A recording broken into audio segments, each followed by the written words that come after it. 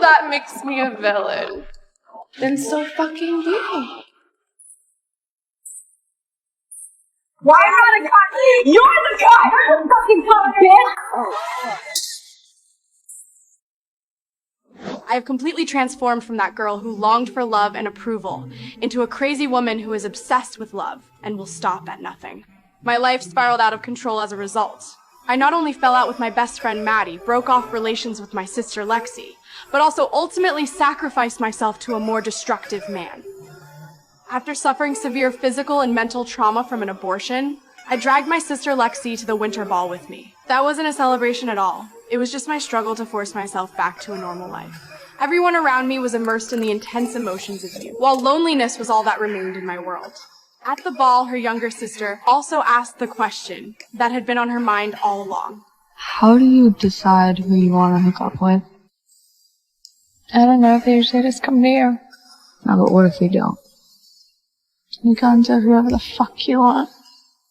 On New Year's Eve, a few weeks later, the air was thick with restlessness. On my way to a New Year's party, I ran into Nate right outside a convenience store. As the ex-boyfriend of my best friend Maddie, he had always looked at me with a hint of distance in his eyes before. But tonight, there was an unfamiliar softness in his gaze. Would you like a ride to this party? 欣赏那么精彩的剧情，肯定离不开一台好的设备。我发现新款发布后，转转买二手手机才更划算。他家的苹果16只要3600，15只要2600。我这台苹果14 Pro 性价比也很高，2900就能入手，感觉特别值。而且转转还是个靠谱的二手大平台，手机都经过多轮严格质检。他家平板性价比也很高，买靠谱二手，我只推荐转转。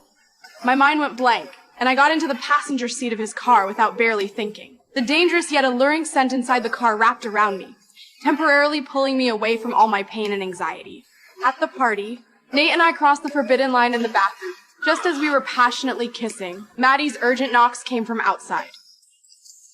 No, just a minute. Open the fucking door, Nate. I have to pee. I hear you taking a shit.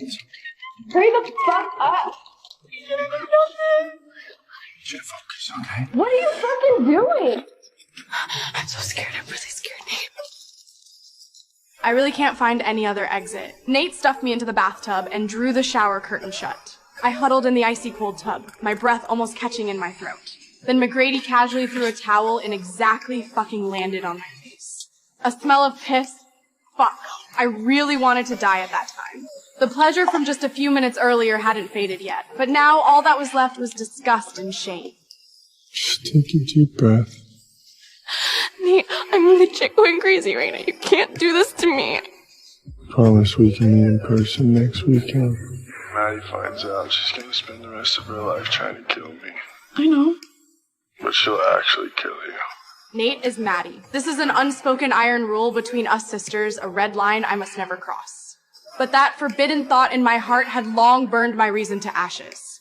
I started waking up at 4 a.m. every day, subjecting myself to a near masochistic beauty routine, only to attract Nate's attention. Yet in the school hallways, he ignored me again and again, as if I were a fucking invisible prop. His indifference was like a blunt knife, repeatedly slicing at my sensitive nerves. I tried every style, even stooping so low as to imitate Maddie. S way of dressing. This kind of pain of being unseen is really driving me crazy.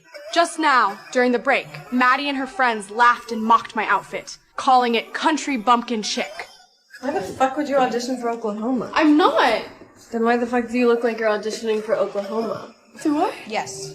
Why do you look like that? Like what? Like a country music star. In a good way or a bad way? Bitch, you better be joking. At this moment, the tightly stretched string in my mind snapped right on cue.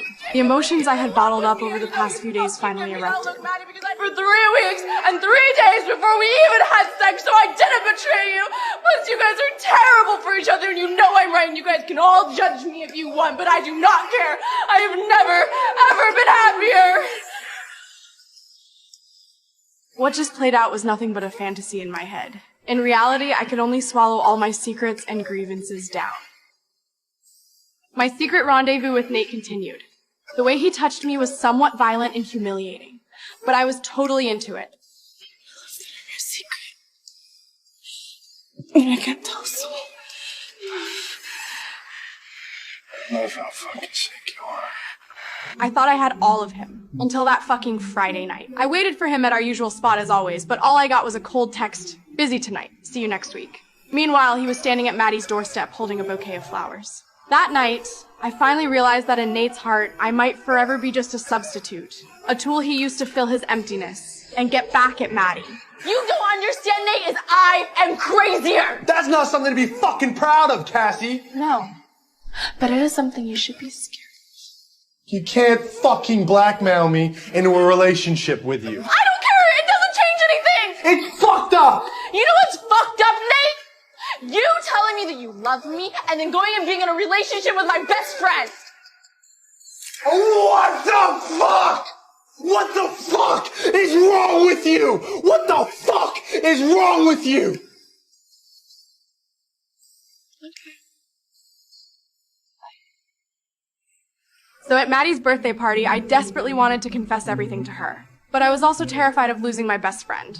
Watching Nate and Maddie standing so intimately together, jealousy and guilt drove me to numb myself with endless drinks. In the hot spring, I listened as Maddie recounted all the promises Nate had once made to her. Before she could even finish, my stomach churned violently. You see, this is why I don't believe you when you make all these promises and you're like, oh, let's get back together. You're the only person in the world I care about.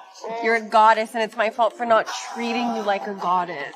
I promise, Maddie, I'll change, I'll grow, I'll be better. I don't deserve you, but I love you. Please, when I go to college, move with me, marry me, have my babies. And I couldn't fucking hold it in anymore. I vomited right in front of everyone.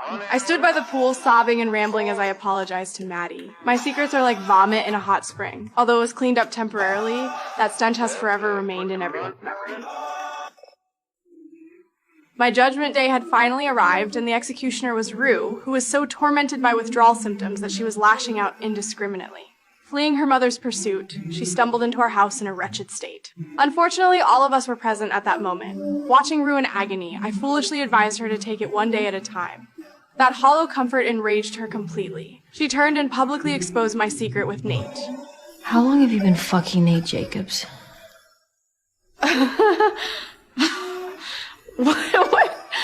What are you talking about?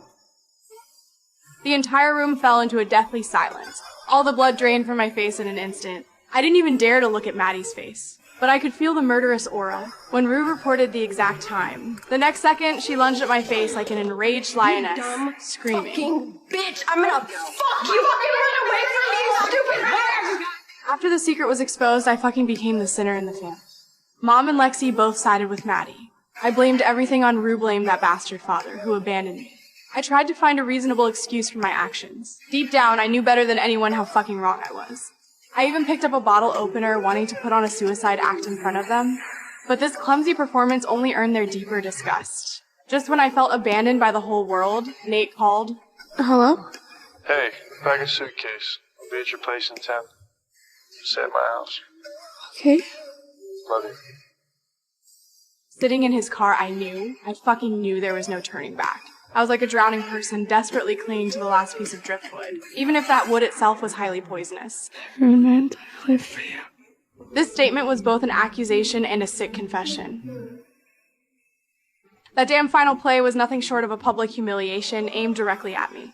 My sister Lexi, the one I'd always overlooked, took her experiences as an observer, and her observations of the lives around her, and turned them into a stage play called Our Lives, which was performed in front of the entire school. To make it worse, she cast an actress who looked just like me, who pranced around on stage, straining to imitate my pathetic attempts to please men. At first, I didn't react much, but when they started performing that scene hinting at Nate being gay, it was all over. Without a word, he stormed out, and because the director was my sister, he dumped me on the spot. I'm so sorry. I had no idea that She's your fucking sister. You know what? Pack this shit, get the fuck out of my house. I'm fucking done. I stood alone at the theater entrance, listening to the waves of laughter from the audience inside. I fucking knew I had to do something. I rushed onto the stage and interrupted Lexi's performance. I was like a complete madman, screaming at those assholes on stage. I pointed at Lexi's face and called her a bitch for turning my most miserable moment into a public script. I mocked her for living in my shadow her whole life. I'm the one who gets hurt, not you, Lexi!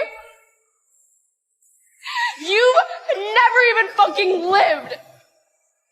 That's why you're able to stand up here and judge all of us. You're just a fucking bystander. Mom, stop! All right. Just then, I fucking saw on the stage backdrop that idiot actor reenacting my breakdown on the carousel. No! I'm gonna fucking kill you! Get the fuck off! In the chaos, Maddie rushed up too. That bitch beat me from the stage all the way down until I lay on the ground like a pile of mud, unable to move. I don't know how long it took. But in the cold bathroom backstage, the world finally quieted down. Maddie looked at me, her eyes no longer filled with anger, only the pity and understanding of someone who's been through it all. You know what's funny? They broke up with me before I even went on that stage. Don't worry. This is just the beginning. Yeah, she was right. This fucking is only the beginning. I gave everything for that bastard Nate, ended up with nothing. And now I don't even have the strength to hate anymore. All that's left is a numbness after destruction. A void where I no longer need to pretend or struggle. I traded my madness for this shattered ending. Lost my friends, lost my family. And in the end, I completely lost myself too.